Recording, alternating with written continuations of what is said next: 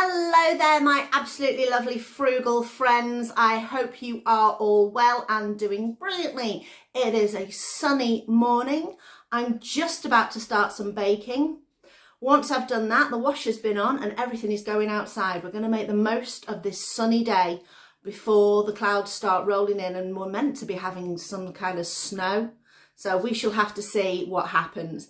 Anyway, today's video is a baking video, and the reason is if you saw recently, now it depends on, this always gets me confused, depends on whether this video is coming out or whether or not I've put this other video out.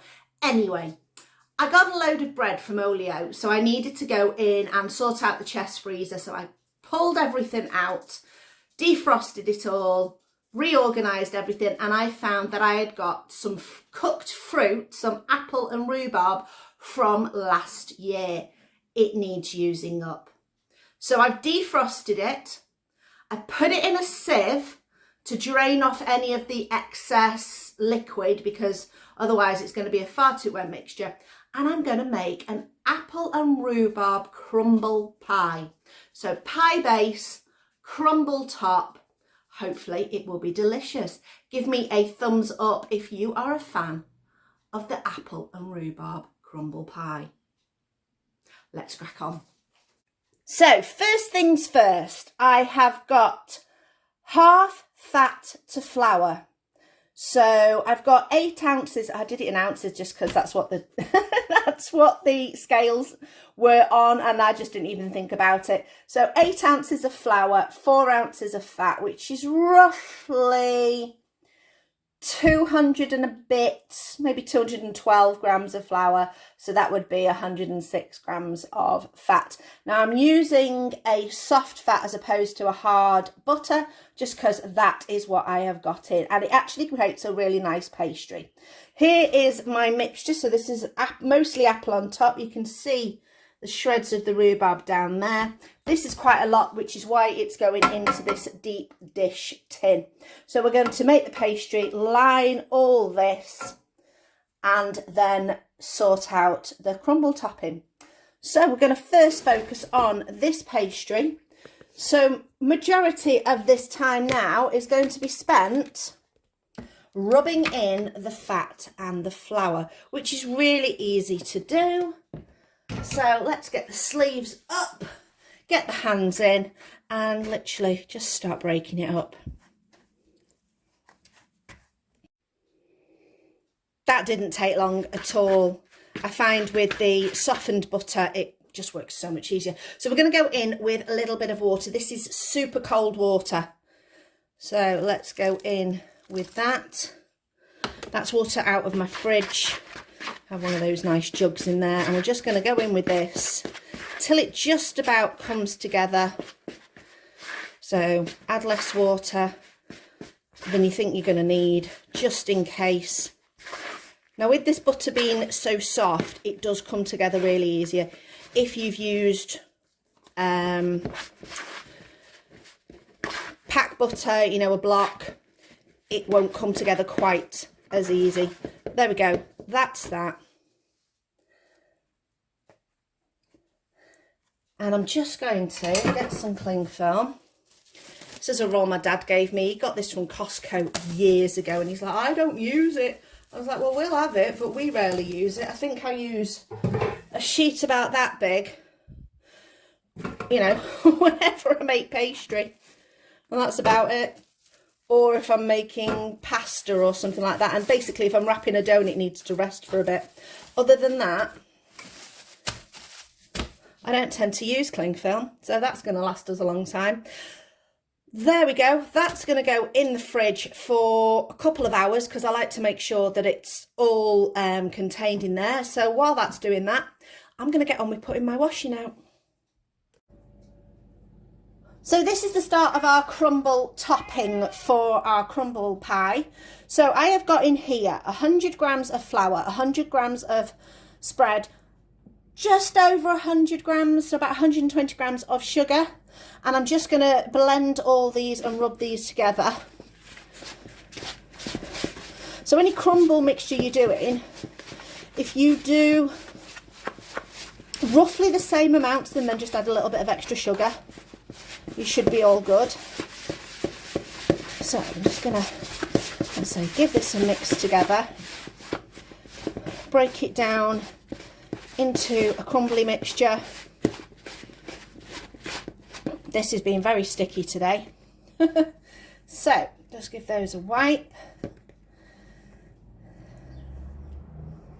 Now you wouldn't get as much of a crumbly mixture if you were using solid butter, but it's fine. There you go. Now I'm going to add to that some oats. So approximately a cup of oats. So about that much.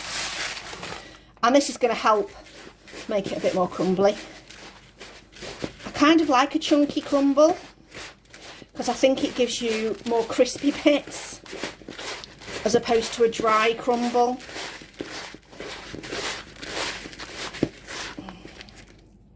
There we go.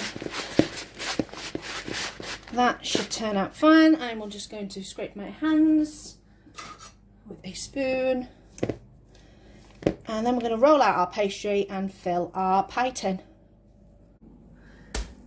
Right, this has been in the fridge for a while. It's still a soft, pliable dough because obviously of the spread that we used. If it was a butter, we would have a harder dough. So all we're going to do is roll this out until it gets to a size where we can fit it in our baking dish. So plenty of flour because, like I say, it's a very tender, excuse me, I've got hiccups, a tender dough. But the nice thing about it is it does roll out really, really easily. You want it not too thick, but thick enough that it's going to be able to hold up all that filling, because we've got quite a lot of apple and rhubarb filling to go in there. So let me have a look. We're fine this way, we need to go more that way. So let's give it a little spin. This corner is being awkward, so I'm going to pull it off. That can go in my pastry scrap bag in the freezer. There we go. That's what I'll do with all the pastry scraps from this, is they will just go into the freezer. I'm just loosening it off so it can relax a little bit. Right, the difficulty is now, because it's such a tender dough, it's getting it in there carefully. So a little bit of extra flour on here so it doesn't stick. And then we are just going to drape it on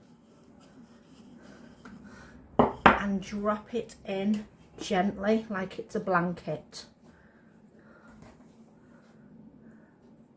Now I've clearly made far too much pastry, but I always would rather make more than not enough. And as I said, the leftovers, let's move it more that way, the leftovers can go into the freezer and to be used. If you've not seen it, I made what we called a scraggy pie at Christmas, just after Christmas, with all the leftovers from Christmas. And that was just using all the leftovers of dough that I had in the freezer. There we go, that's in there. I will trim that off just roughly with my hands. If you do get any thin bits in the pastry base, just patch them up, it'll be fine. This pastry is very forgiving. There we go. Right, I'm just going to get my filling and some corn flour to go in the bottom. Now, I'm sure you can see here, I've done a little bit of patching just because it was a little bit thin there, so I thought, you know what, better safe than sorry. So now what I'm going to do is put some corn flour on the bottom. Quite a decent amount, to be honest, because this mixture is quite liquidy and I just don't want it to end up being really watery and making a soggy bottom. So in we go next with our mixture. So this is apple and rhubarb all in. Oh, there we go. Right, where's my spatula gone? There it is. Just gonna push that down. So it's got some chunky bits of apple in there as well as quite smooth rhubarb, but it's just what we had that I'd already got in the freezer. So there you go. Now on top of that is going our crumble topping. Just break it up if it's lumped back together a bit. We're not going to be stingy with this crumble. Now for me, the best bit of a crumble, I don't know if you agree with this, the best bit of a crumble is when you get a crispy top bit but then a slightly soggy underneath. So that's what I'm hoping we'll get with this. There we go. The more lumpy bumpy bits, the nice crispy bits we'll get. So there we go. That's all that. Catch all the bits that I inevitably will have spilt over the side. This is going to go in the oven. So I'm just pulling this away from the sides now, just so I don't end up with it sticking too much. This is going to go in the oven at about 180 until the pastry is cooked and the crumble is nice and crispy on top. So I reckon it's going to be at least half an hour, especially with the depth of this pan. Look at that. That looks really good. I have run my spatula around the edge while it was still a little bit warm and loosened it off slightly. So this has cooled quite a bit. I didn't want to take the ring off too soon because I didn't want it to bulge out at the sides. But that looks really, really good. Should we cut a slice? Let's have a look and see how it comes out. Right, good knife. That one. Okay. I don't know if you can hear that. My ASMR brain is thinking that sounds lovely and crunchy. Oh, that big chunk there is going over there. Right, the big test now is soggy bottom.